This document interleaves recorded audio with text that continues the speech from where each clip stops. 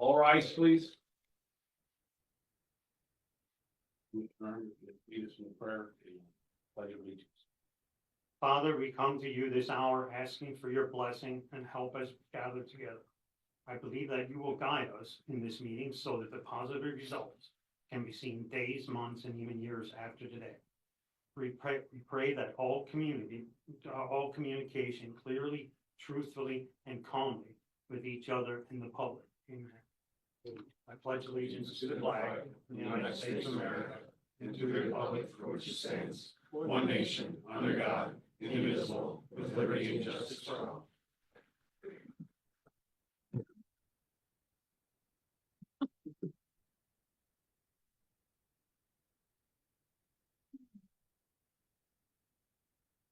These proceedings are being recorded for the sole purpose of preparing accurate written minutes. Recordings are overwritten following approval of the minutes, eliminating all unofficial records of these proceedings. Approval of the minutes of the previous meeting held February 6th, 2025. Motion approved. Second. Mr. Honor? Yes. Mr. Notstein? Yes. Mr. Spargo? Yes. Are there any guests here concerning county business? Hearing none.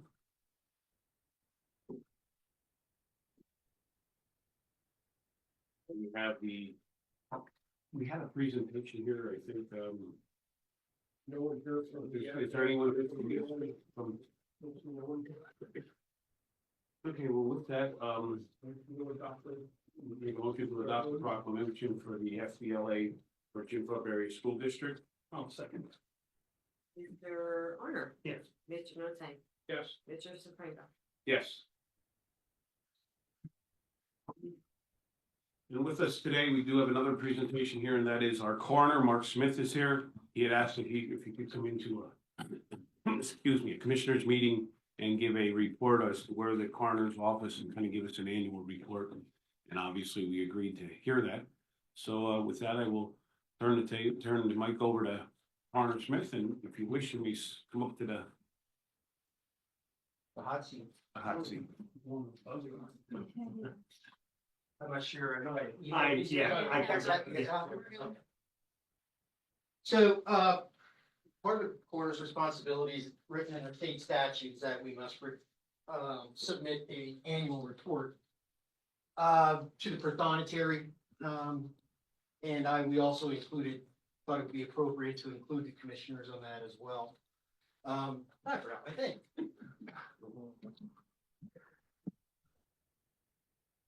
So just so the public can follow along,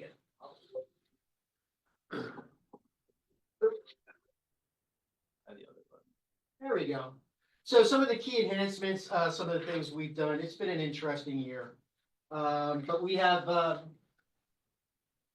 one day out of 2024, a 12-hour period, where we had to rely on surrounding counties to cover us. So one day out of 365, I was very pleased with that. It streamlined the investigative process and allows us to get on site a whole lot quicker, to work with the law enforcement and interact with the families. Our goal is to have a representative from our office on scene within an hour is the national standard. We've been more or less aiming for 45 minutes, and we've been meeting that. Through the generosity of St. Luke's, we've been able to actually gain an office. We now have actual space to file things. We have actual space to do some studies, and as we'll hit on it here in a minute with our toxicology. We also suitable for training, presentations, and family consultations. We have space for that now as well. The opioid grant funding that we received, we purchased a what's called a Randox multi-stat tester. We have used it twice so far this year since we installed it in mid-January. Both of those occasions, we were able to save the county the cost of 2 autopsies. I have just for some gee whiz information. On the first one we did, we ran our numbers and then we also sent it out to the lab just to have a comparison done. And it's right on. So it's a reliable tool and, will also help us, going forward in trying to get family answers quicker. And also the law enforcement, which kind of speeds up the investigation. We kind of know where we're going from there. Epic Access is the access that we use to, that we can look up information to in both network hospital systems that we have locally. We gained access to the Lehigh Valley system. We have not yet gained access to St. Luke's. We're working with that. One of the pitfalls we hit was prior to the Biden administration leaving office, he threw a couple more laws into HIPAA, or rules, I should say. And it's made everybody a little bit more leery now on what information we have access to. We can still get it. It's just an extra piece of paper we have to fill out now, an attestation form. And it was mostly geared towards abortion rights and those states that are have the very severe restrictions on abortions. Pennsylvania doesn't fall into that, but we actually fall into the pitfalls of the rules.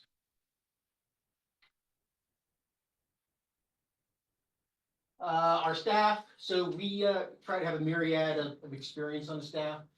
You notice we have a funeral director, police officer, and a nurse, and then the rest of us are all emergency medical services background. The term medical legal investigation is what we do, so we have to tie the medical end in with the law enforcement end to actually accomplish what we in coming up with our cause and manner. We work through the Pennsylvania Coroner's Education Board, which works underneath the Attorney General's office. They govern our training. So my position, the chief deputy, and any full-time positions is mandated to have the certification through the board. The rest are voluntary. We did have 2 deputies this past year come in to gain certification. So 3 out of the 5 now are certified in the as far as our deputy coroners go. The American Board of Medical Legal Death Investigators is something that is also, it's a national certification.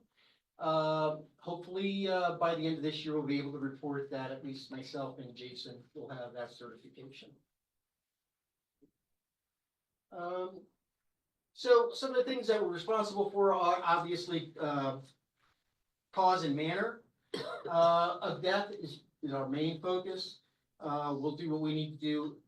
Some of the things that we get involved with is the scene investigation, interviews. We consult with their family doctors to see if within any kind of medical problems could have precipitated their death. In cases where all of those things don't give us the information that we need, we have to go on and we'll order an autopsy. Autopsies are done not only for to determine that cause of death, but also sometimes to retain evidence and on any kind of pending legal matters. We do have the power to subpoena individuals. We have the power to subpoena records. We've written probably about a dozen subpoenas over the past year for records. We have not had to subpoena any individuals. Another big component that we're responsible for is identifying all decedents. Sometimes they're unidentifiable. We have to take measures to come across and make sure that we can positively identify them. In relation to that, it's also our responsibility for the notifications of next of kin. Believe it or not, I only had to do that once this past year because normally these things happen and families ends up being on scene. But it's not an easy thing to do when you have to knock on somebody's door and in an accident situation and tell them they were expecting their loved one to come home that night and they're not. The authorizations we need to approve, cremation authorizations, you guys are probably very familiar with. Those are the fees we collect. Every cremation that happens must be authorized by the coroner. That's just to make sure that there's no other evidence that's collection that's needed. So that income brings us about not about, but it's $75 for each individual. I think we were just short of like $30,000 last year in income from that. The other thing we also have to authorize is anytime we have requests for donation of tissue or organs, those have to be, and not all the time we can actually grant that. 99% of the time we will. If we need to preserve any of those things for evidence or investigative purposes, we'll usually conference the district attorney and also the pathologist to see what exactly we can give up without losing any evidence. And then there's just the table. Natural deaths, there's a myriad of things there, the totals for 2024. Some of those could be combined actually, but sometimes when doctors do death certificates, they all word it differently. So our chart comes out a little bit. So these are all the naturals we had. And then the specialty manners. Suicides, we had a total of 13 for last year.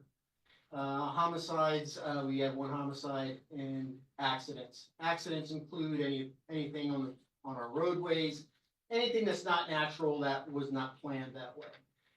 Drug overdoses fall into the accidental category unless we can actually prove through no doubt the evidence presented that it could have been a suicide or actually even a homicide. But most times you see those drug overdoses listed as accidents. There's a pie chart. Our naturals were up in the 90s, I think it was.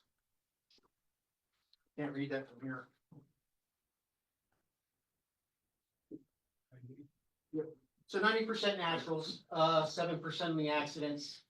Homicides, like I said, we only had 1, so that doesn't even register, but the suicide number is a little bit disturbing. That's 3% of our total call volume. That's probably a little high for county our size. So this past year, I know I said it has been very challenging. And what I highlighted up there is the people that I thought of that really deserve some recognition that would really help us out. First of all, the Board of Commissioners, you guys have been phenomenal in hearing what we needed and where we need to go. So thank you for that. The Emergency Medical Services, the Fire Services, the District Attorney's Office has been fantastic to work with. The municipal police departments have been very welcoming. And we have a very good relationship with the state police and their forensic services unit. It's been a challenge, but you know, we've met it head on. It hasn't always gone right. We haven't always made the right decisions, but anytime we could have done something better, we try and learn from it. Just something I wanted to throw out there that we need to look at in the future, and you'll be hearing from me on this very shortly. This isn't included in your packet, but across the state, unclaimed remains are becoming a very big problem. Under state statute, the county is responsible for that, for the disposition of those remains. I'm working with our solicitor right now. We're going to draw up some recommendations, some policies, and also a fee schedule. The only fee schedule we have right now is for our cremation authorizations. But things such as transport, storage, all those kind of things, you'll find most corner offices have those built into there. So we're gonna get something written up, draft form, and we'll get it to you folks, and we'll go from there on that. But we've already had 3 of those cases this year. And I think that matches what we had the entire year last year. For all the claims that remain. Yes. Have been, did you find relatives yet for all 3? Well, so it's interesting. No, first guy was, had absolutely nobody. He was the last living descendant of anybody in his family. Same with the second. The third one actually does have family, but according to the definition of unclaimed, there's no law that says family has to take responsibility for the remains of the deceased. So if they basically say, you know what, I don't care, I'm not doing anything, guess what, it comes back to us. So the last individual sat in the, unfortunately with the funeral director. Transferred the case over to the coroner's office for the last 2 weeks, has been in our cooler, and yesterday I just authorized the cremation for the vacant picture. So for a good part of a month, we had deceased person that could not be, it's a shame, but it's a growing trend. We gotta figure out a way kind of to, because that'll eat us up financially. You wanna tell public where those remains now go? So right now we have, since the beginning of last year, I have been storing the ashes. We'll have to make that determination. Either we're gonna continue to store them or we'll do as they've done in the past up by the, up in the cemetery. It's not a big deal for us. A lot of larger counties don't store them just because of the room factor. But yeah, it's no doubt it's going to be a very big consideration moving forward. So, open it up if you guys have any questions on the way that things have been handled, or any questions on the on anything else. I'll be more than happy to try and answer this. I do got to give a shout out. Jason Smith, my chief deputy, is the computer guru, the data guru. He can pull these and extract these numbers from multiple. So he wrote up and drafted this report and did an excellent job with it. So he's my go-to guy when I need something computer-wise. So with that, I'll turn it over and see if you folks have any questions and go from there. Total number of calls. Last year we were 628, I believe it was. Today I just entered into the system today, number 100 for this year.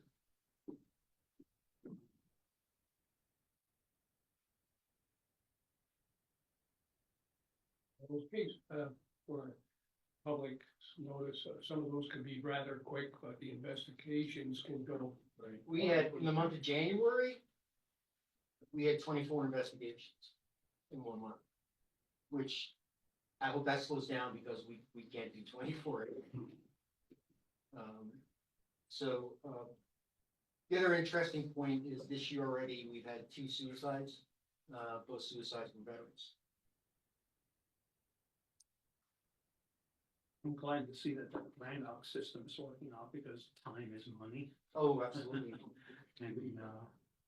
And when you're like these ones that aren't, that were stored, what does it cost for us to have it processed for them to put in web?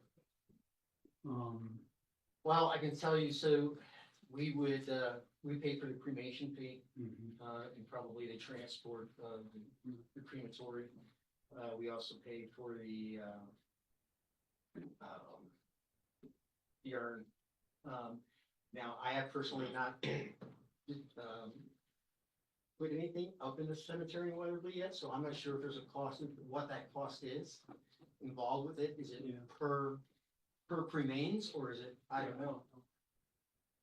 But storing them could, I mean, if you ever have a fire where they're stored or anything like that, and can somebody come back and claim it after you would do that? So. I mean, that could be an issue also. So, we have a law on our side in that respect.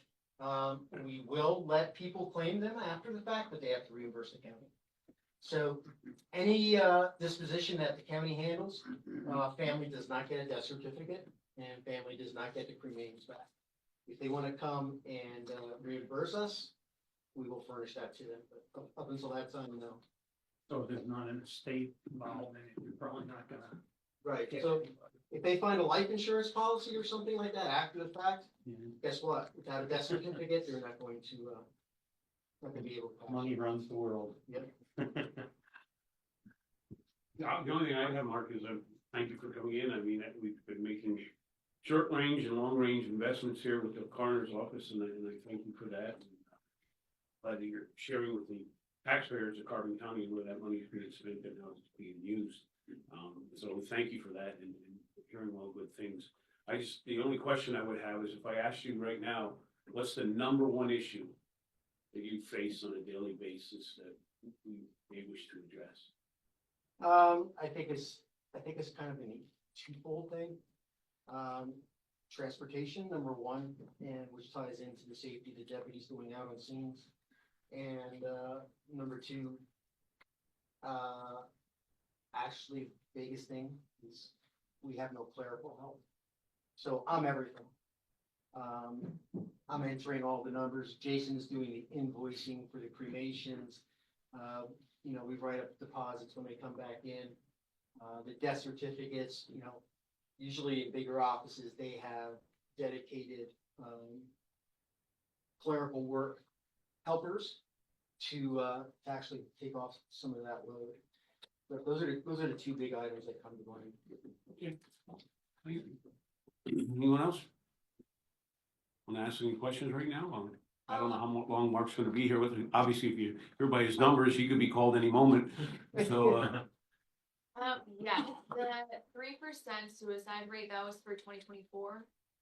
Yes, Okay, and were all of those veterans or just some, any? the two we've had this year were probably Vietnam era, And then the ones last year? a mix. Mixed. Yeah. And the 3%, do you have a number for that? How many people? 2024 was 13. And, so then two so far for this year. Um, And I'll supply you with a copy of the report as well, if you'd like to have that for reference. you mentioned that being a little high for a county this size. Do you have any kind of recommendations for, I don't know, ways that the county could take action to kind of help with that? We are actively involved with the Carbon Monroe Pike mental health. We do bi-monthly, and we have one coming up next month. We do suicide fatality reviews, where we will take a case and we study it and we go way back into the time period. Try and identify things that could have helped. And moving forward, what are some things we can institute to cut those numbers down? Carbon County, I don't have the exact statistics, but I can tell you that Carbon County has probably one of the higher rates of veteran suicides. And working with some people in the Veterans Association, and there's a gentleman over at the St. Luke's office who works out of there as well, that's associated with veterans benefits, and he's been in contact with me. We've been going back and forth with statistics in that regard as well. Just doing those reviews and finding out and identifying the people that need help and what will it take for them to reach out. This seems to be the biggest hurdle.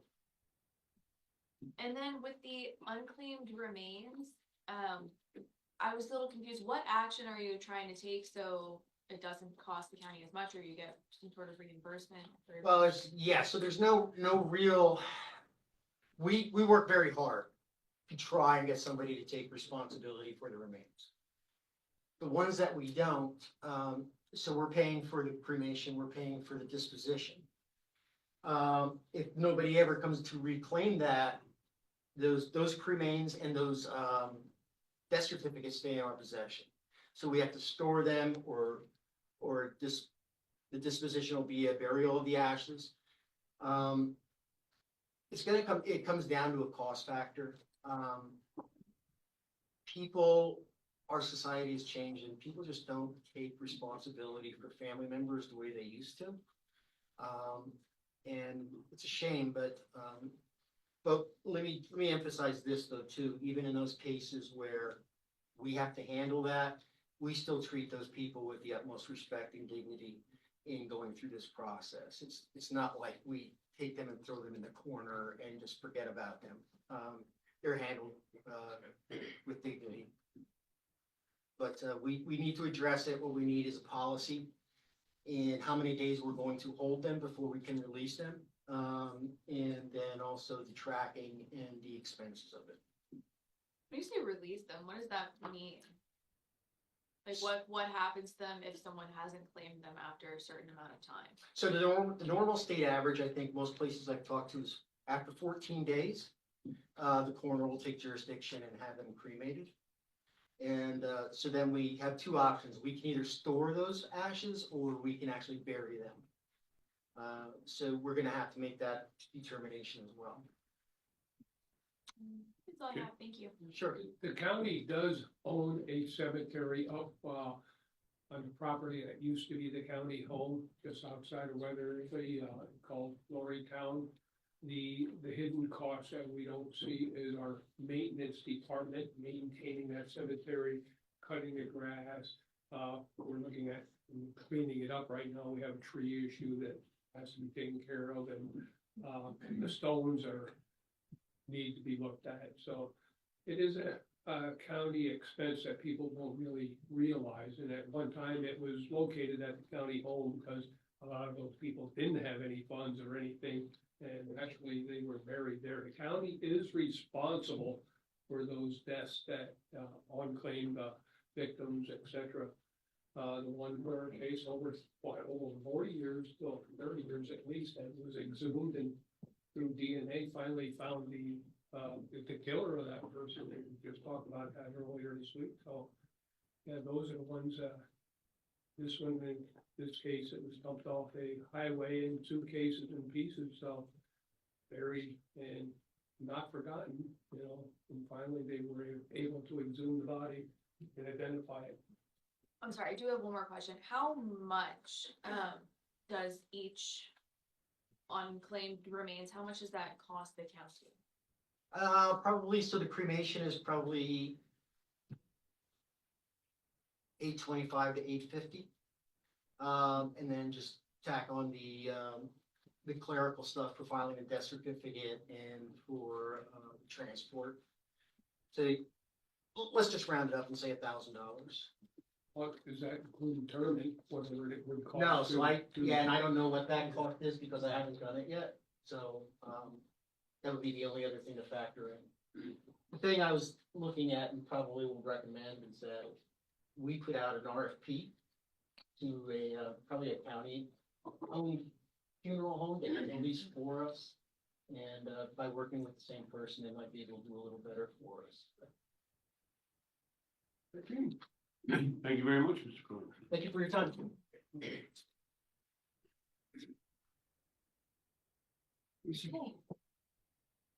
Budget transfers for 2024 and 2025. 1 second. There were no executive Sorry. sessions. That's Sorry. okay. That's what happened.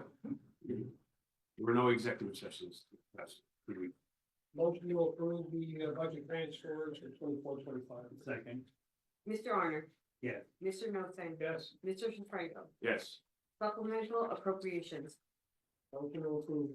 second, Mr. Arner. Yes. Mr. Notstein. Yes. Mr. Franco. Yes. Approval of payroll check numbers 76410 through 76427 and direct deposit check numbers 6073152 through 6073570 for the payroll paid to the payroll fund checking account for all funds totaling $722,988.86 for the payroll dated February 7th, 2025. Motion to ratify. Second? Mr. Arner. yes, Mr. Notstein. Yes. Mr. Franco. Yes. Approval of check numbers 249037 through 249241 for expenditures through the general fund clearing account dated February 13th, 2025 in the amount of $737,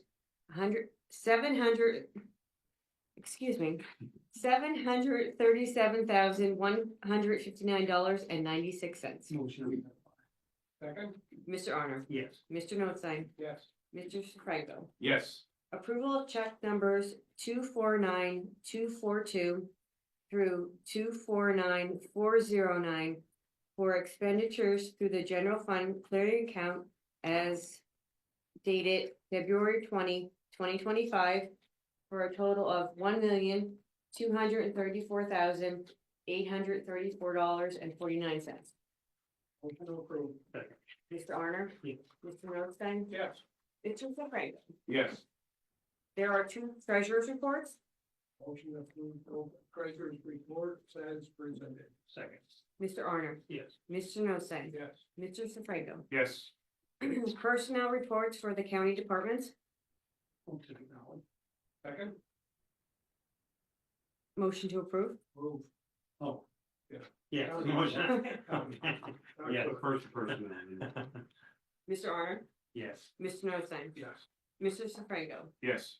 Acknowledgements for the courts and row offices. Motion to acknowledge. Second. Mr. Arner? Yes. Mr. Notstein? Yes. Mr. Sefranco? Yes. Correspondence as listed, copies will be provided to the press upon request. Count,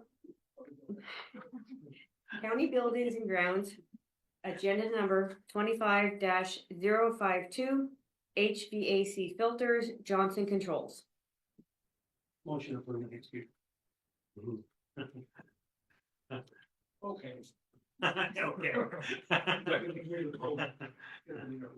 go ahead. Mr. Arnold, Yes. Mr. Notstein, Mr. Sefranco. Yes.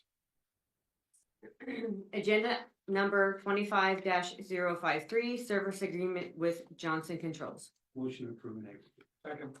Mr. Arner, Yes. Mr. Notstein, Yes. Mr. Sefranco. Yes. County Policy 2025-02, agenda number 25-054, revision number 1 to the social media and website usage procedure policy. Motion adopted. Second. Mr. Arner, Yes. Mr. Notstein, Yes. Mr. Sefranco. Yes. District Attorney, agenda number 25-055, victim witness grant. Motion to approve. Second. Mr. Arner, Yes. Mr. Notstein, Yes. Mr. Sefranco. Yes. District Court Office Kishner, agenda number 25-056, agreement with Blue Ridge Communications. Motion to approve and execute. Second. Mr. Arner, Yes. Mr. Notstein, Mr. Sefranco. Yes. Elections, agenda number 25-057, Word Tech Incorporated. Motion ratified. Second. Mr. Arner, Yes. Mr. Notstein, Yes. Mr. Sefranco. Yes. Information Technology, agenda 25-058, Penteledata EMA. Motion approved and executed. Second. Mr. Arner, Yes. Mr. Notstein, Yes. Mr. Sefranco. Yes. Lanta, agenda number 25-059, MATP program, second quarter report. Motion to approve. Second. Mr. Arner, Yes. Mr. Notstein, Yes. Mr. Sefranco. Yes. Planning and Development, agenda number 25-060, Carbon County Open Space Grant Program Resolution. Motion adopted and execute with some discussion. Second. Yeah, I just wanna give my little bit of input on here. And, I just wanna say one thing, the board has done a tremendous job on both the project that they forwarded to us. But this is a little bit of a different situation here. It's going to a water authority and, sometimes I think this might be a little bit earlier for this. Because actually in the county, now, this actually includes, Bethlehem Water Authority. We have within the county, 22,484 acres that are water authority properties. And not that this is not a viable project, they, you know, it looks like it's pretty good. But I don't think, we should move forward on this yet, because if we wind up doing this, we're gonna be out of money before we even get projects that are gonna connect the trails or anything like that. And I think this is something that, the Behind Water Authority could maybe apply for. But are we gonna get ourselves in trouble? I mean, even if it's at this low rate for $666 an acre, we would have almost $14 million spent. Even if you would go and cut maybe 5,000 off of that, or make it 15,000 acres, because there's gonna be water authorities that are coming after it. The next one will probably be Jim Thorpe. And we're gonna keep on spending this, and then when we want, and I didn't vote for something like this, I voted to stop commercial property going into agriculture, to save agriculture, and also build housing projects that would help the economy, float in Carbon County. And the water authorities already are preserved. I mean, they're basically preserved. And I know there's discussion about windmills and all this stuff coming in, but I keep stressing, this is an issue with the townships and boroughs that they have to upgrade their zoning. And like I said, this could be a potential project in a year or two from now. I don't think Lake Heighton's gonna sell the property tomorrow, but I'm just afraid that all the other water authorities, and if you look on this map, there's 14 other water authorities. There's Hazelton, all of them there, and I'm sure once this is passed, they're all coming. So how much money are we gonna have left out of this 8 million till they all get done applying for this? So that's just my opinion, and I mean, you two guys, you have your own opinion, but, My question to planning and development and to some of the advisors to the open space board as to what the pros are of preserving this and what the cons are, and if what happens should we fail to take action either way today, what happens? So, I don't care who wants to go first, but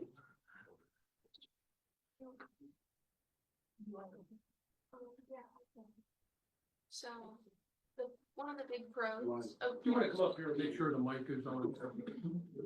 If you will, please speak up for us elderly persons in the. Make sure the mic's on there. Tap the mic to me. Oh, it doesn't, okay. Okay.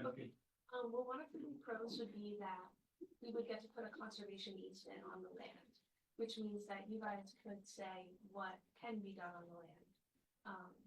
And restrict what couldn't be done on it. So you could prevent a pipeline from coming in from a private company or a set of wind turbines from another private company. You can help prevent that stuff. Without it, they could sell the land, they could develop it. It may not look like it's prime development land, but I know that's where I live. To get to my house, I have to go down a big hill, up another one. It doesn't look like somewhere you would develop, but they did anyway. So that's just a bit. And then I do want to thank you guys for looking into this project and reviewing it. I want to thank the Open Space Board and the advisors to the board for all of their work on this project. And I also especially want to thank Dawn, who's here today from Wildlands, for all of her hard work on this project. She's been working on this for over 2 years now. And we're not going to see another project like this within that time frame, because it takes a long time to get a project to this point. So we're not going to get to see another project like this in front of us within the next few years. What is the urgency of doing this with the local match and the in-kind services? The pros are, and the reason why we believe this application came forward was it's in what we consider a focus area. And as you know, with the county program, you only provide up to 50% match. So any applicant has to come up with the other 50% or get a bargain sale. And this is one opportunity that we have funding through a foundation that we have had for the last 7 years that is going away, and earmark the $800,000 as the match. So again, as Anna said, it was 2 years of negotiating, and we went to the Water Authority because the Pine Run area, for the purpose for which the bond was created, was for critical drinking water. And we may think that it is already preserved, but it is not already preserved. I used to work for the state. I have many examples of municipalities selling off their water lands because they went to deep artesian wells. So in our mind, and we believe that with this passed in 2022, with 83% of the electorate saying, yes, we want to protect critical habitat, land, and water resources. And this was an opportunity to use that funding, that match funding. Could other water authorities come in? Yes, but we don't know that this application met all the criteria. So it is, and just to correct something that Mr. Arner said, the future funding of this has nothing to do with trails. It is not for recreational purposes. It's very exciting that Carbon County, for the first time, and David's here, can give you know the details of how many working farms are in the process of being preserved in the history of Carbon County because of this funding. And we want to see that move forward. But there's an opportunity to preserve open space with willing landowners who are willing to work the program with us and work a deal. And the water authority is taking a bargain sale. The county request is 30% of the total project cost. So we look at this as an opportunity, and an opportunity that we're not going to have. Whether other water authorities come in, they're going to have to evaluate their land. They're going to have to meet the criteria. They're going to have to go through the scrutiny of the Open Space Board. And so we don't know what that future will be, but today is an opportunity to not lose that 800,000 and lock in this 1,187 acres in perpetuity that will be for the future of Carbon County residents to hike and hunt.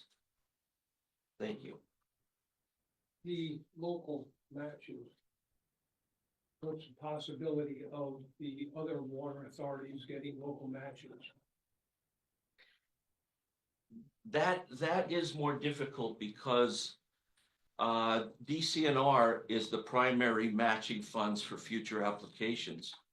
Last year, let's say as an example, they have $40 million to award and they have 120 million in requests. They do look sometimes at water authorities as partially protected. Okay, and so they don't always rank out. But a municipality could apply for the DCNR funding. We did, and we weren't funded for this.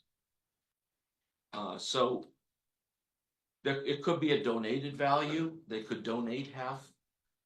There's a whole number of scenarios that could happen. But we have no idea that any of the other water authorities would be willing to do this. As you may know, we have a state grant to work with the municipalities, and what Commissioner Arner said with their zoning, that all these municipalities need to look at their township or borough and say, what are the critical lands we want to try to protect in the future? And Anna and the advisors will work with them, and we're going to be doing that over the next few years. What if the municipality did decide to sell off and they were developed into development with the wells? What is the possibility of those wells drying up? Water runoff, they're paving roads and putting buildings on the property. What happens to that rainwater? No longer seeps into the ground, so what happens long term there? So I think where you're looking at protecting the water source of Lehighton Borough, Weisport Borough, total 100%. The portions of Mahoning and Franklin Township really disheartened that any water authority would even consider selling a property. And it's a shame we have to take such drastic steps to protect our residents from people that may not care enough about the water quality. Treatment can only do so much. Water treatment, it's not cheap doing water treatment. Almost, so now for this last year with drought we had, dry things have become. So concerned. It's a for me, it's an extremely tough decision, and I would not vote yes unless the open space board comes up with some kind of criteria. Right now, this looks like about 30% of the total acreage of land. If we can set a cap on what we're willing to pay per acre on this water preservation, and only maybe 25% of any water authority, we can't buy it all. That's, Commissioner Arter's correct on that. We can only do so much, and the funds will be gone in a hurry. But I want to protect, make sure that maybe that everyone gets a little piece of that pie. So I would put a cap. If this is at 30%, no other water authority will get more. I would not support any vote on Bethel Water Authority, Hazelton Water Authority. They're out of county. That's their problem. They go to their own county for the water, the way I look at it. But unfortunately, we don't have that control. And we all saw that with Francis Boulder Dam, with what happened up there when we went to that meeting as well. The people downstream didn't seem to care. Carbon County was there, all commissioners were there, and a good turnout of people from came out, and that was the incident with New York purchasing the rights to the water to Francis Boulder Dam. So why are we giving it away? Take care of ourselves first. I guess, I mean, if you're done. Yeah, I mean, I sort of like Wayne's idea too, and I just looked at this property, there's a lot of it there. And is it buildable? I mean, people build on the side of a cliff. I'm not gonna say nobody can put a house there. But I think one of the things that, and I heard from the board itself, that there was an access, that we only have one access. Is the access in the future gonna be limited? So, and like I said, maybe this needs to be worked on a little bit more. Maybe like Wayne said, maybe cut down on the acreage, that we aren't subject to everyone coming in here and because some of these water authorities have a lot of property. They have over 1,000 acres. So maybe that's the way to look at it, try to put a limit on it, because like I said, I don't want to run out of money when we find something that's along.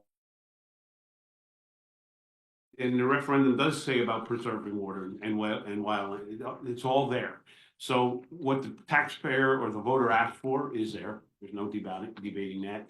I do agree with both commissioners on the fact that, we could say, here's 10 million, spend it all, and that's the end of it. I don't know if that's what the voters had in place, and I don't think by sitting with both boards that that's their intent either. Their intent is to do so much every couple of years. This is what they're gonna put out and kind of absorb it slowly, so that it's not a strain on the taxpayers. So hearing that, we could run out of money real fast if we do this. My question here is, I know there's this $800,000 number out there. I know that tomorrow, the Open Space Board has a meeting. Tonight. I'm all messed up from Monday being off. Everybody's yelling at me all week. But tonight they have an Open Space Board meeting. I do not want to lose the $800,000 funding. And I know we've asked for an extension or have got an extension, but taking the recommendations or the suggestions that both commissioners said here, rather than put this to a yes or a no right now, and it's going to come to that. Is there a possibility that we could get a motion here to table this right now, take it back to the Open Space Board, and dig into that suggestions that were put before you? I would just like to say that, like, as you mentioned, the $800,000 grant, I've already gotten extensions on that, and I have told them just yesterday that I would have an answer for them one way or the other today. So I don't know if I don't think I can get any more time. I need to get them an answer because they have other projects waiting in the wings that are gonna snap up this funding if we can't use it. I think the point here on that is you are hearing from 3 commissioners that they are seriously want to preserve that land. It's how do we get to that? And that seems to be it's not a matter of not preserving it right now. It's a matter of how do we get to that?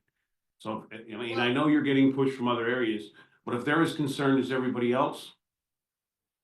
And I understand that, and I understand that concern, and I think that I would say that you should treat this project as a standalone project, and if you want to look at adjusting what you would allow in the future, should somebody else come in, we can certainly work with the Open Space Advisory Board to do that. As Dennis said, you know, this project took a long time to get going. We're in the unique situation of having that other funding source as matching funds, and we're not gonna have that source in the future. So it's gonna be very difficult to bring another one of these types of projects forward. First, it would take a couple of years to get it off the ground, and then finding all of the, make sure it meets all the criteria of the program, then finding the matching funds is going to be extremely difficult. So I And certainly can't. there's a case in point that you're correct. But now you have these other 12 municipal authorities that are gonna come and say, well, they got the funding, they pulled it off, why can't we? So that's gonna up the price or up the cost to the county or to the open space, because that did not happen. So what differentiates this project from their land from this land is, and we're gonna hear that throughout the county.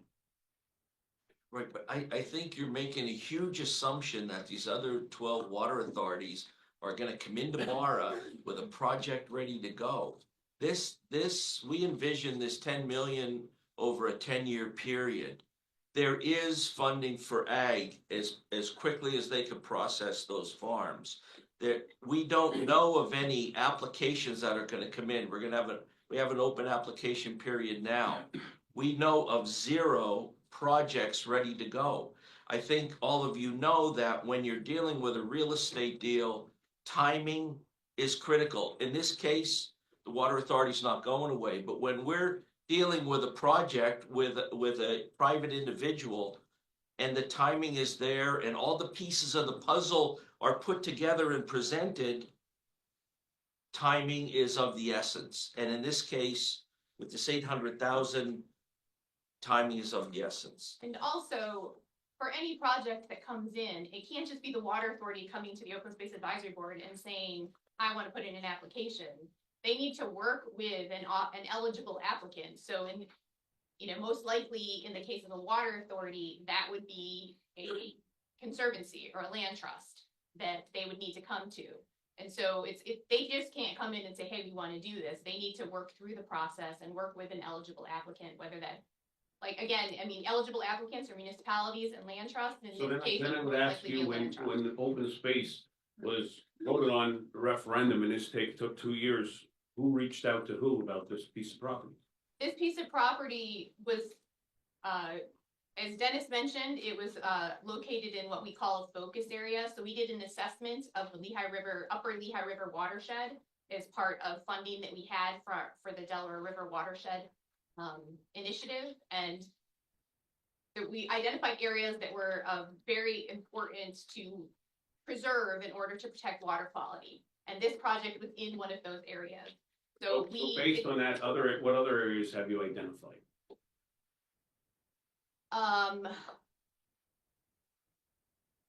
So I think it's mostly. Yeah, Yeah, I don't, when I think of the focus area map, there was nothing else. We look at the west side of the county with the coal lands, that wasn't a priority. There may have been, Rocky mentioned Jim Thorpe, there may be, so that is the area, that Penn Forest Township, Kidder Township. And I want to say that we went to them.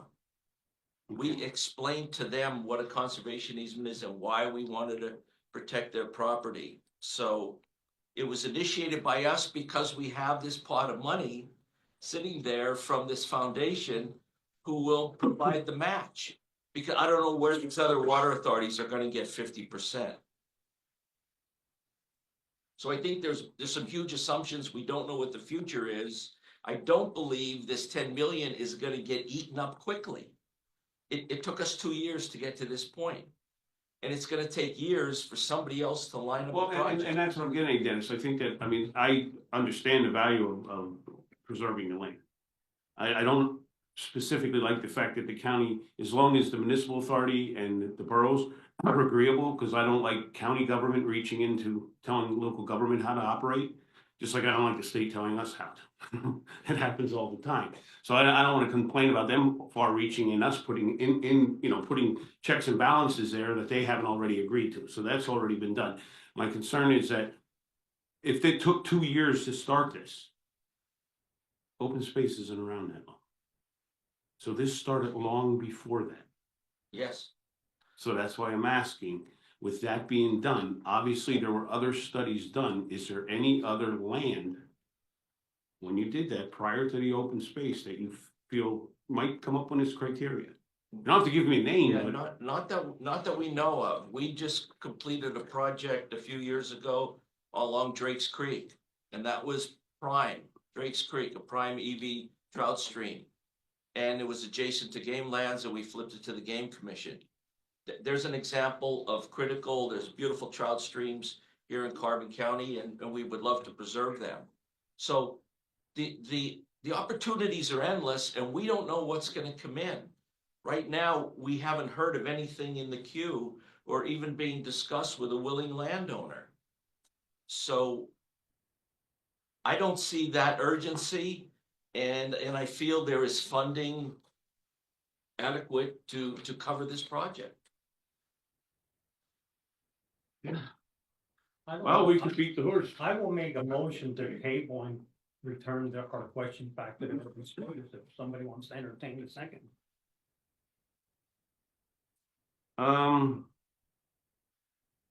Do you think you can work something magic for 2 weeks? Then I assure you, you will have a vote. I don't know. Because I'd like to get some of those questions answered, and I think Commissioner Arner brings, I'm not Commissioner Arner, Commissioner Notstein brings up a very valid point as setting a precedent going forward so that we have an understanding. And we had a very good meeting with both the Open Space Board and the farmland. And I think they have a much clearer idea of what's all at stake. And I don't want to lose this. I mean, I'll be honest with you, I'm in favor of doing it, but I do think that there needs to be just, and maybe that's part of the commissioner's fault. We didn't get these questions aired out there as fast as we should have. But there's 100 million things going on in a day. And I understand that, and it's just, I can't guarantee that I'm gonna be able to keep this money, and in my mind, while this is a valid thing that we need to figure out, I don't think that, and we can certainly discuss it and figure it out, I don't see why that should stop a decision now on this specific project At 30%. at 30%. Can bring your questions to the open space board still tonight or another time.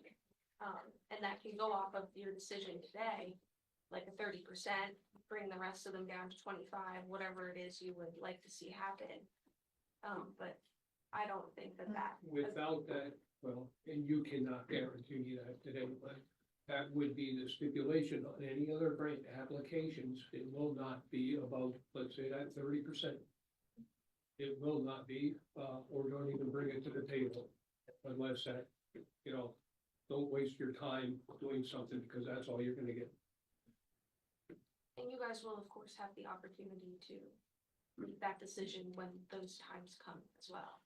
Why couldn't you make that decision now and it be added to the manual? Because I Approve think the we were manual. talking about, you're talking about 30%, and we're talking about trying to limit the land that we're gonna take from each, preserve from each. Because what happens if somebody comes in here and this is 1,100 acres or what happens if somebody comes in here with 2,000 acres? You don't get it. Well, That's that's what I'm not, saying too. Well. I don't think we ever agreed on that. 30% of whatever acreage they have, I would say. They have, 30% but of. then you set a precedence at 1,187 acres. Well, that's why I made it at 30%, because that's approximately 30% of the Iron Water Authority property. Well, and to be clear, 30% is the amount of the project cost. We're Yes, the asking for cost, 30% not of the the profit. project cost, not 30% It's of the their cost acreage. of the property. We specifically chose this 30% acreage to cost. start with because of the important water quality of this portion of property, and it's also surrounded by permanently protected property through Project 70 funds. So we're expanding the permanent protection in this specific area of high water quality. Okay. I think we had a motion to table it. I think We still have the original we motion do on have the the table, original so motion, if right. that's being rescinded, we'll, whoever. No, made we'll the keep the motion- original motion. We have a motion and a second. There's been a motion made here to table, and we're gonna let that die for lack of a second. Call the vote. Okay, Mr. Arner? And this is the table or No, this is. The original motion. Oh, the original original, motion, okay, right? no, Okay, no, Mr. Arner, no. Mr. Notstein, Yes. Mr. Sefranco, Yes. I would specifically ask that the whole open space board take the recommendations or the concerns of Mr. Arner and Mr. Notstein back to the board this evening. My biggest concern, and I'm gonna tell you right out, the whole reason I voted yes for this, is I do not wanna lose $800,000. That's the only reason. I think it all meets the criteria and everything, but, the county is always lax on money and we're always trying to find money, and here we did find some, so that's not a slap to either commissioner, but I think both commissioners make a very valid case. And I'd ask you to please get back to us on that 30%. And when you look at the map, there is a lot of different colors here, but I do thank the Open Space Board for all their hard work, and we wish them the best moving forward, but if you could please address that. Thank you. Thank you. Moving forward. PPL Electric Utilities, agenda number 25-061, energy efficiency rebate applications. Second, Mr. Arner? Yes. Mr. Notstein? yes. Mr. Sefranco? Yes. Purchasing agenda number 25-062, proposal from Sites Brothers Exterminating Incorporated. Motion to approve. Second. Mr. Arner? Yes. Mr. Notstein? Yes. Mr. Sefranco? Yes. Mr. Okay, for the solicitor's report, first item is under Agency on Aging, item 25-063, for renewal of the hospital community showcase agreement with Innovare Medical Media. Motion approved. Second, Mr. Arner? Yes. Mr. Notstein? Yes. Mr. Sefranco? Yes. Next, item 25-064, banner request from the Carbon Model Railroad Society. motion to approve and execute. Second. Mr. Arner? Yes. Mr. Notstein? Yes. Mr. Sefranco? Yes. Item 25-065, seeking a motion to adopt resolution number 25-006, pertaining to the potential effects of land application of sewage sludge within Carbon County. Motion approved. Second, Mr. Arner? Yes. Mr. Notstein? yes. Mr. Sefranco? Yes, I would like to note that there was a comment brought in, that was a question. I don't know if you want to address Yes. that now or Yeah. at the end, it's up to the. Amy's not here. I don't know if anybody directly responded to that, but it's, I did, and I think it goes back to the farm board. And when we had the open space meeting, they were asking about this. So we figured we'd bring it back up that there are questions from the boards on what the county's doing with it. And I think my question is, we're going through all this, open space and preserving land or farms. And a lot of these farms and the majority of farmers don't like this. You can interview every one of them throughout the county, and you'll probably get 80% that doesn't want it on their fields. And their comments is usually, well, I farmed the way I always did, and that's the way it should be. Now, with having the sludge, we're preserving property. What happens is there's a problem, there was never a problem with any other kind of chemicals until people started getting cancer with it. So are we preserving land, and we could use $5 million for this for open space, and what happens in 10 years? There's an issue with it. Currently, EPA or DEP says it's okay, but there's a lot of people out there where there's farms in other states. In fact, I think the one was in Massachusetts, where it closed, because it got into the milk cows and they couldn't sell the milk anymore. So there's issues. And that's one of my questions. I said, and it's like this here, I mean, this passed today, that's good. I mean, we're gonna have open space. You move on. That's the way it works here. But I think we have to start reviewing a little bit more of this, even with the sludge or whatever they want to consider it today. Looking at it, because other counties are starting to get involved. I know the last time, when I was out at CCAP, I forget which two counties asked me about it, and I gave them information. So other counties are having issues. And, it started here in Carbon and I think Schuylkill, So it's gonna ripple across the state.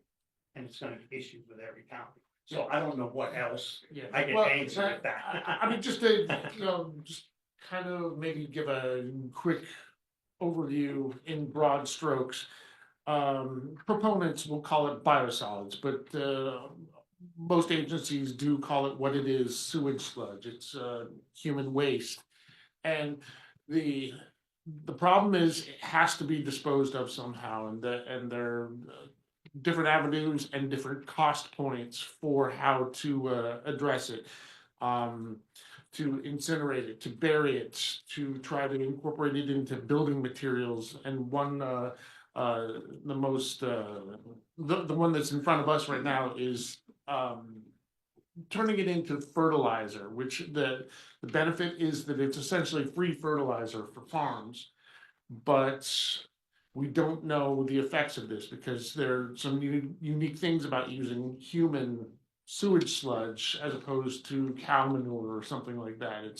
It's not just the odor is very different from animal manure, but it's what are the effects, because humans consume medications and things like that we don't know what the long-term effects of that are, and they need to be studied. The commissioners did a year or two ago pass a similar resolution asking for the federal and state agencies and officials to look into this. And as the science is evolving, they just want to renew their call on those agencies to study this. So we're not just applying it without knowing what the potential effects are. As the science is evolving, we would like to take that into account and not shoot first and ask questions later. So I think that's what brings us to this point. Okay, call the vote. I don't think we voted on it, did we? Call the vote. Mr. Honor? Yes. Mr. Notstein? Yes. Mr. DeFranco? Yes.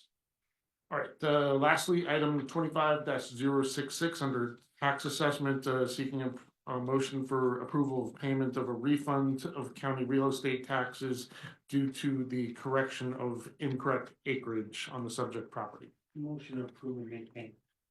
Second, Mr. Honor? Yes. Mr. Notstein? yes. Mr. DeFranco? Yes. Nothing further for the solicitor's report. Any further business?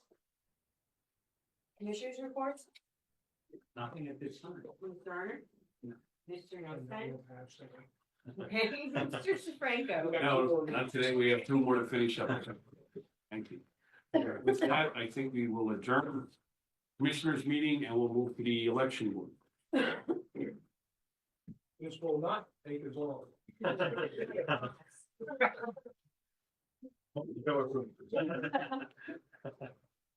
So the first thing on the agenda is approving minutes from the election board meeting held on January 23rd, 2025. Motion approved. Second. Mr. Reiner, Yes. Mr. Notstein? Yes. Mr. Franco? Yes. Any guests concerning the election board business? I guess I'm not important. I don't know, the coroner's hanging around. I don't know if it's gonna be needed here. but- He might have seen some sign. Anything from any of the board? The only thing I had is I had called down to you earlier today because people often call and wanted to know what voter registration here in Carbon County, what that number is, and how many registrations we've had since the past election. Okay, so as of today, we have 44,706 registered voters. Since November of 2024, since the last election, it's 1,045 increase of voters. I know you asked me for the Democrat and Republican totals. So Democrat is 14,083. And the Republican is 23,385. And others are Others obviously, are the other parties. the largest of that contingency being independent, I think. Yes, yes, independent, no. Oh, 662. And actually, the no affiliation is 5,312. Okay, Any further business? have them.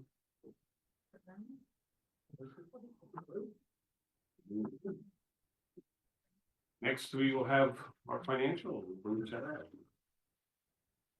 Do our retirement board. We have our controller here, all grins and smiles. Wake up.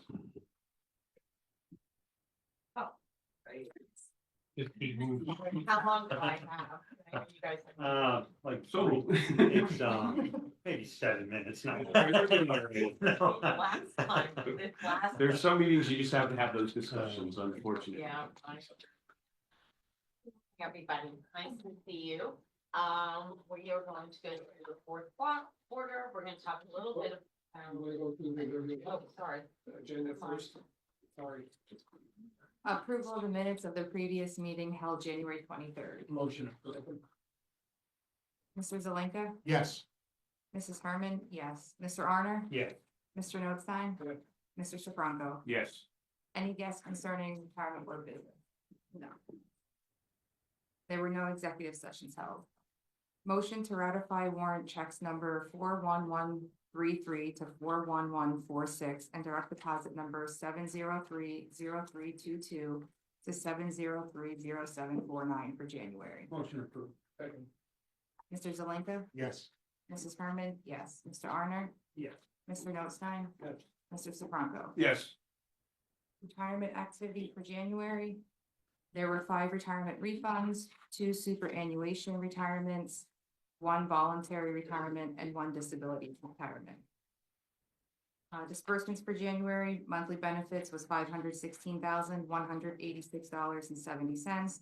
Option 4, $249,839.51. Refunds, $10,227.39.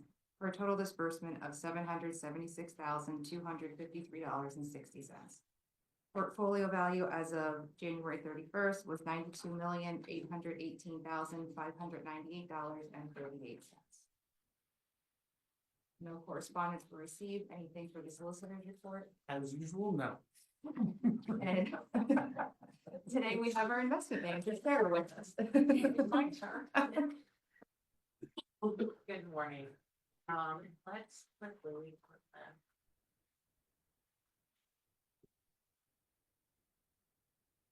Just very quickly, we can turn to page 7 on your book and a Marquette update.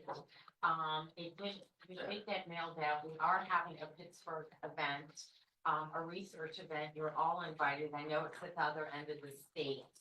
We do have the president of the firm coming in. We also have head of research, and we're gonna have real estate managers. Some of the managers are actually within your portfolio. So it's a great event. If you are able to, we'd love to have you. The second thing is I just wanted to point out real quick, we're still 417 billion under advisement, 99% client retention rate. And I just want you to look very quickly, 141 plus employees, and a large portion, the majority is research. And that's going to kind of come into play when we talk a little bit about some of the things that have happened this past quarter and also in January. So we put a lot of emphasis on research. Let's go to page 10. We'll look at the market environment. When we talked about the U.S. economy, a lot's been happening. So fourth quarter, we've seen economic activity, and that's page 10, be accelerated in the fourth quarter with real GDP growing at an annualized pace of 2.3. What we have seen is that business spending has kind of softened, and we know that there's also what's happening is some of the fiscal policy is kind of coming out. When we look at what's happened with small businesses, we know that hopefully they're going to be able to start spending a little bit more. We look at small and mid caps. They had a hard year last year because of interest rates. And we talk about what's happened with unemployment and inflation. Interestingly enough, we've seen inflation, the Fed's targeting it. CPI went up this couple of weeks ago, just came out. And then we look at unemployment, and the unemployment edged down to 4.1 from 4.2. What you have to keep in mind, and we're always going to go back to COVID, is that unemployment 2020, we know that from there, We have seen many businesses, especially regionally, go out of business. They've closed, they couldn't get the employees back to work. We know last summer, we were looking at the summer numbers, when it was last year, we know summer employment had edged down. And also, when you look at 3 job openings, now 1 job is doing it. So they're really trying to consolidate. So we've seen this very different unemployment number. When we look at that, we saw inflation is starting to tick up. And what has happened is, remember, last year, at the beginning of the year, 2024, we saw that there were going to be 5 cuts. Then April, we thought they were going to go up 1 more time on the Fed. Then at the end of the year, they cut 20, 25, 25, and 50, so 1%. Going into this year, we see the American consumer really feeling inflation. But what we have seen is those cuts have really helped with inflation as much as they wanted. So in January, that comes out and they're not moving rates. And what does that mean? We know that consumer spending, fourth quarter was the best it's ever been. The consumer in 2024 in June was $1.4 trillion in credit card debt. So when you don't see those interest rates going down, those interest rates on those credit cards are going to keep going. So what we see is we've seen a very strong market, but we have not seen the effect of all those rates going up very quickly, and have not seen the effects of the consumer, because the consumer can't just keep spending and spending. So we're looking at only 2 rate cuts this year. So that's going to also be difficult on the consumer there. Institutionally, they like it. We believe small mid-cap companies, because they borrow to be able to put in and grow, are going to like that. They'll still see that. If we turn the page to page 12, we go look at the Eurozone and we look on the policy economic growth in China.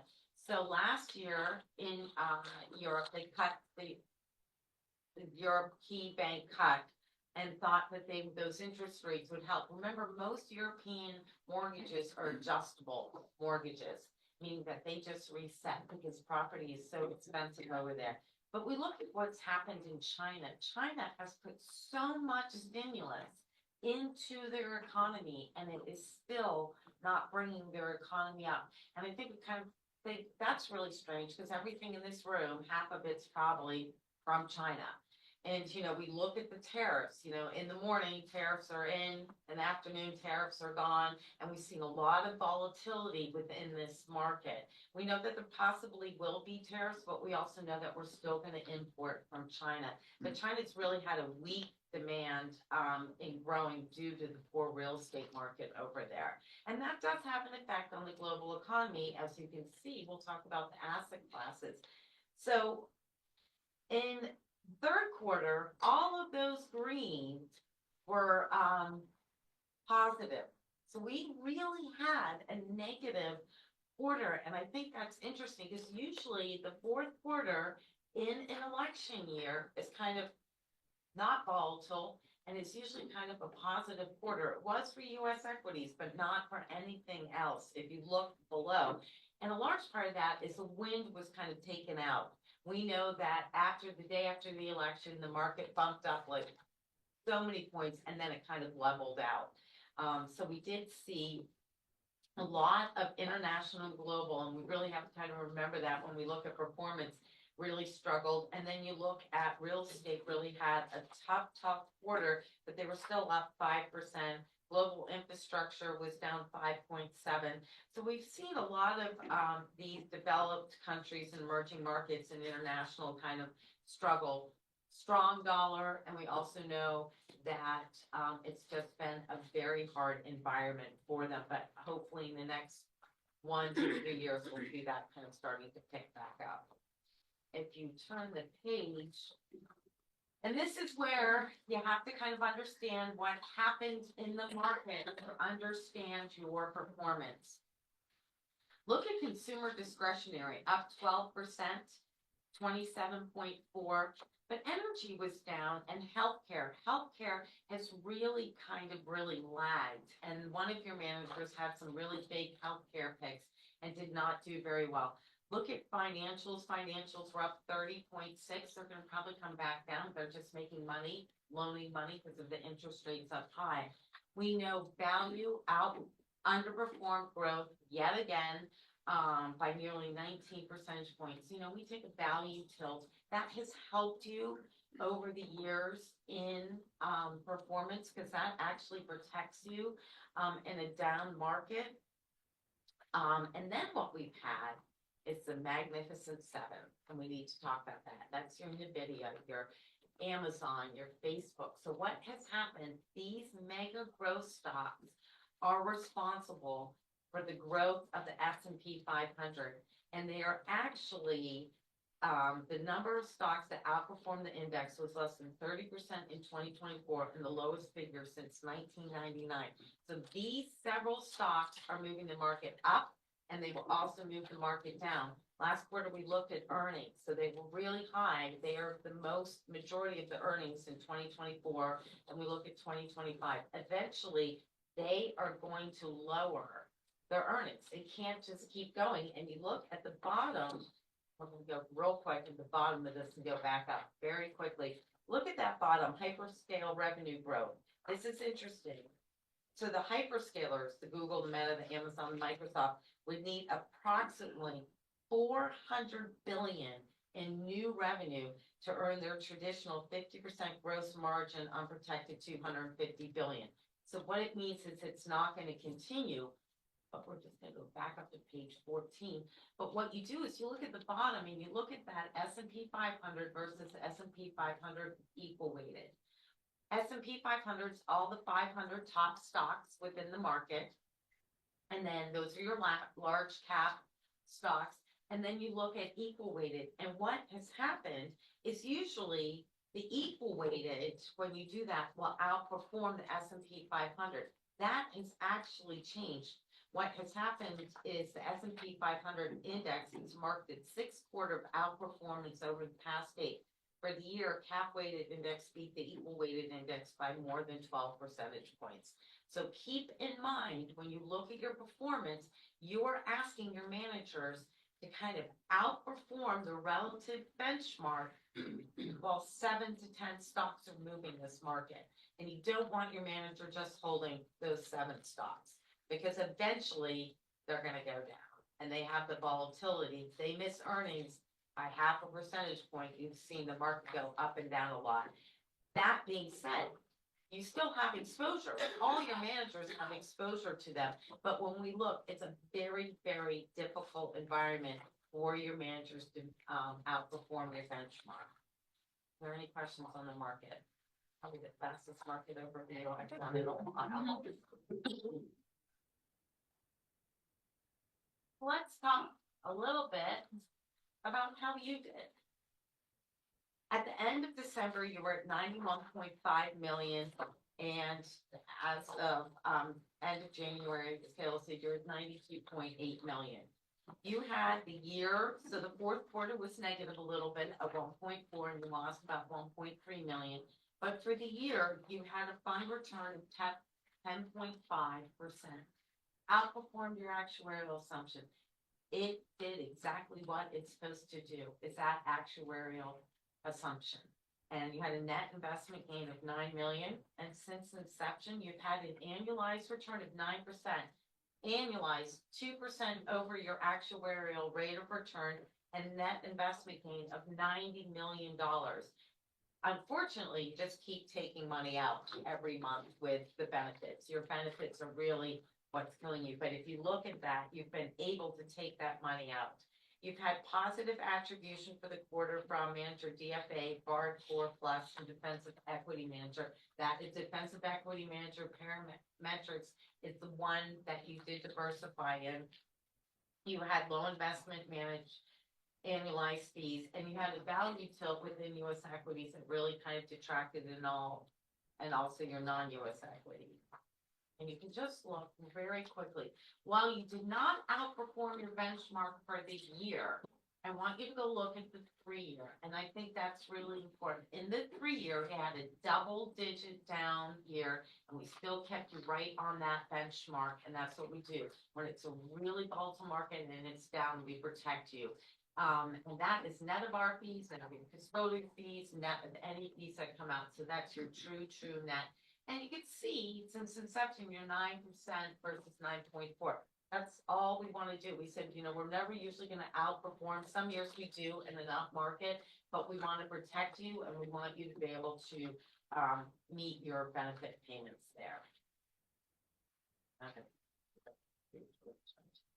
That being said, a lot has happened in the last 2 weeks. Okay, let's go to page 32. When we go look at your performance, we go look at the US equities, we look at GWK, they're your small mid-cap core. Remember, to get a large cap manager in there to beat the S&P 500, it's almost impossible what they're going to cost. So we don't have an active manager. We believe your active management is small cap. And you can see it's done 11% for the year. They've done well. We go to global and we go look at Dodge and Cox, just struggled. For the year, it was stock selection. Look at the 3-year, 6% versus 4.6. And since inception, they've done 5.2 versus 12.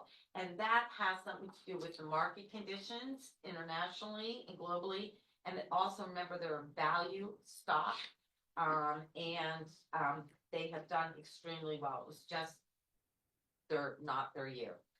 Artisan. So Artisan, you can see, underperformed. And remember, we talked about Artisan 2 years ago, coming off of into the last year. They were the #1 manager in their space, top of the line.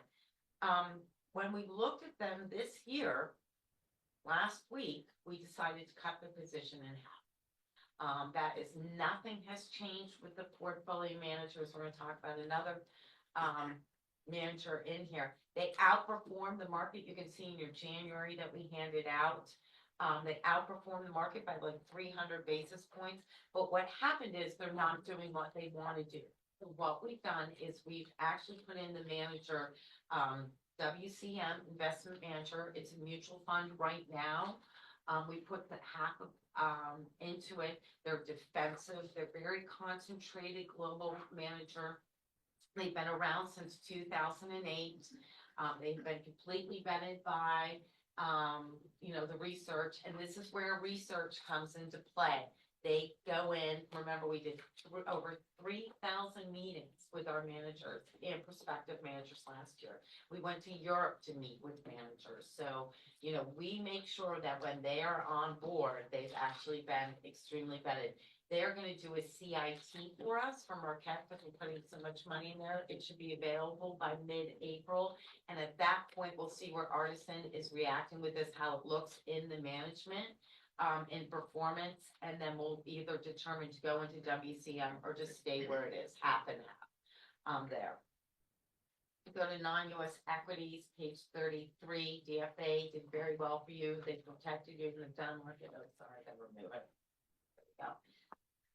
Go look at Harding Loevner. Harding Loevner, last Tuesday, we got an email at 8:15 and we all voted to remove them. So it doesn't happen always during the day. We immediately went in there, we put you in the units. What happened was Harding Loevner, and they outperformed in January. So you might say, okay, they're coming back. They had a portfolio manager leave. When we start seeing performance start kind of underperforming and they're not doing what we want them to do in that space, and then you've got a team of portfolio manager leaving, we automatically just said we're out. So you're out. We went back and forth with them last year. We were very interactive with the portfolio managers. Research analysts were on the phone weekly with them. We were looking at it. They had 3 underperforming stocks. 2 were in the healthcare. We knew healthcare was a struggle, but it really dragged them down and they didn't want to sell it and get off the books at such a loss. So we stepped back and said, okay, now that we saw a change, we've just seen, we don't like when portfolio managers start changing, it's the time to leave. So as you know, we're only loyal to you. And in the night, we all voted. next morning they were gone. So that did have a drag on your performance, there. Let's turn the page. Going forward, defensive equity, this was a great thing. The board made the decision to go in. I mean, you've done really well by diversifying, and you've done a lot of that in the last 2 to 3 years. You can see they did 16.5 versus 14.9% for the year. For the quarter, they did 3% versus 1.8. We look at real estate. Real estate has done 4.6 annualized since inception versus 2.5. We know real estate struggled. We go back to COVID. You know, real estate had a really struggling environment. Remember, in 2023, they were the only asset class that was in positive territory in the market. What we saw was with real estate is that everybody ran, as you know, we have to pay institutional, especially in pension funds, have to make payments. When they're out of asset allocation, when we've got both fixed income and equities going down, you go to the asset class that is making money that's positive, and you pull some return off to get you back into investment policy. Everybody did it across the board, every manager, every consultant, most consultants. So what does that mean? What that means is that they had a run. So Marquette stood back and said, we're not putting any more money and new money into real estate. We're going to win. This quarter, we started to fund real estate again with all our new clients. We believe real estate is now kind of taken off the office buildings off the book. They have gone into green space, they've gone into industrial space, they've gone into the Amazon warehouses. So we believe in the next couple of years, you're really going to see a turnaround for commercial real estate. One of the things that commercial real estate is now investing heavily in, institutional, is rental communities. That is the number one. You're not seeing 28, 30-year-olds going out and buying homes like, you know, we all did back in the day. We bought our first home, kept it for 30 years, and away you went. It's not happening. And also when you look at the consumer being so highly leveraged in debt, their savings are gone. They are just a plastic go happy lucky there. Have to drive that big massive car. You know, there's a generation that's not going to go out and want to mow the grass, put all this money down, and don't have the 20% to put down. So when that's broadly speaking, it's very different in different regions. So what has happened is those institutional investors are building them faster than they can rent them out there. So infrastructure, great to go into. It did 2.5 versus CPI of 0.8. And for the year, it did 6.5 versus 6%. It's an inflation hedge, and it has a nice dividend. And then we'll just look at page 34 at the bottom. You can see CS McKee. We're just a little bit off your active manager, but for the year, they did 1.6 versus 1.3. Look at how the 3 years, negative 1.9 versus 2.4. They've done very well, but fixed income used to be that safe place to go. And you have diversified out of that. You've made the right decision. You approved it by going down to 20% in fixed income. It's not earning you those dividends or those interest rates. Baird Core, we built them around. We put them in June 2022. They did negative 2.7 versus 3.4, and for the year 2.5 versus 1.3. Since inception, they've done 2% versus 0.80. So they've been a nice mix with CS McKee. They work very, very well together. Well, I did that in like 20 some minutes. I mean, less. So with that, are there any questions? All right, well, going forward, just so when we look at this market, we know we're not in a bear market. We know that we're still, you know, we've had 2 years of 20% in the S&P 500. I think you're well diversified. I think we can continue to see a lot of volatility in this market, meaning it's going to go up and it's going to go down like last year. You know, you have a lot of things, market's fairly news media driven, you know, tariffs come in, the market goes down, tariffs go away. By the end of the day, market goes back up. You're going to see a lot of that. We are going to sit and watch the Fed. We also are going to watch inflation. We're also going to watch what's going to happen with the consumer. Credit cards are not going to get bailed out by the U.S. government. So there's some real concern when you look at how much credit card debt is out there and how that's going to affect spending and everything. everything else, because it's not sustainable to keep a credit card with 30% interest rate. I remember when it was at 18, we thought it was high, but 30 was kind of like borrowing money from a bookie, so, I mean, it's really not to that point. So we're back, you're very, very well diversified, and we're hoping to have yet another year of meeting that actuarial assumption. Would be very happy with that. Thank you Thank very you. much. Well, nice to see everybody. Thank you, Sarah. Anything for new business or old business? Any further business? Meeting adjourned. Okay, everything has been adjourned, all the commissioners meetings.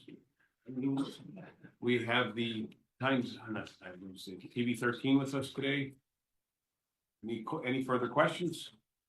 Think so, you guys answered everything already. Very good. Anything else? Anyone else from the floor? Enjoy your weekend. Thank you.